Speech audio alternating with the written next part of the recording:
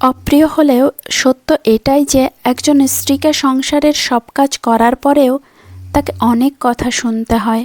কিন্তু অন্যদিকে একজন পুরুষকে তার শ্বশুরবাড়ির কেউ কিছু বললে সে শ্বশুরবাড়ি যাওয়াই বন্ধ করে দেয়।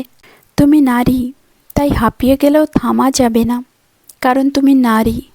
মাঝপথে কারো হাত ছাড়া যাবে না, কারণ তুমি নারী।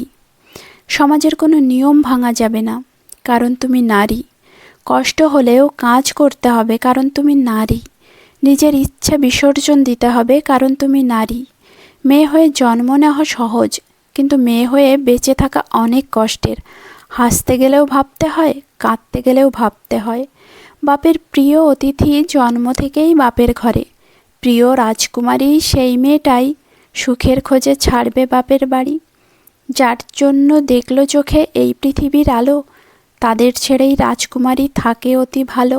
যে বাড়িতে জন্ম হলো, গড়ল সুখের জীবন, সেই বাড়িতেই বেড়াতে যায় 2-4 দিনের কারণ। এটাই হলো বাস্তবতা মেয়েদের জীবন।